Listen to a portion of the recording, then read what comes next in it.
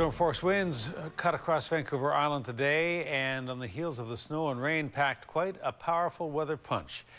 The winds were so strong today that ferries were forced to stay at the dock, leaving travelers cooling their heels on shore. On the west coast of the island, storm watchers were told to stay well back from the waves because they were at risk of being swept away. At the height of the storm, 50,000 people were without power. Gord Kurbis begins our storm coverage tonight in the Comox Valley, where the extreme weather shut down the community schools.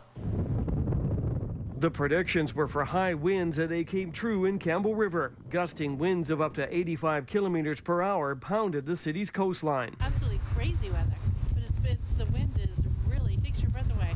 It's so powerful. I hear it's going to get stronger. We're loving it. Yeah, I've never seen the waves so big down here.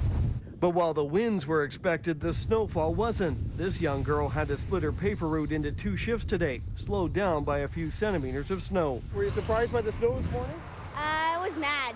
You're mad, why? Because I don't want the snow. Makes it a little tough, doesn't it? Yeah, a lot.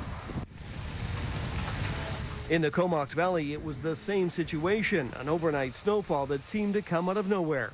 I'm not having any fun at all. It's only going to get worse. I know. You looking forward to the wind? No. Although only a few centimeters fell here, it was enough to trigger a snow day. The disappointment very visible on this student's face. I didn't listen to the news this morning. Always listen to the news. Yes, for sure. So what do you think? Of the weather? Yeah. I don't like it.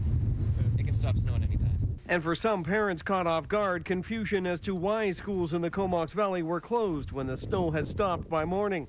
But most were understanding.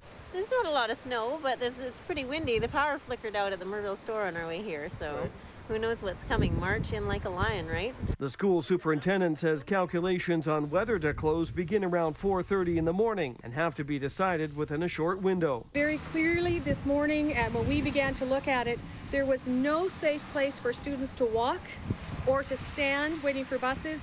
And the side roads and out in the outlying areas where many of our students and staff come from, there was water on top of ice and snow. But the real problem in the Comox Valley was water. The usual trouble spots around the city lived up to their reputation. Flooding roads made the commute tricky for those venturing out. Weather is horrible. We cannot wait until summertime. Had about enough of this. Despite today's difficulties, not everyone was put off by the conditions. Look at this. We're going surfing soon. You're going surfing? Yeah, we're going to rent some boards. Out of here. On the windy east coast of the island, Gord Kurbis, A News.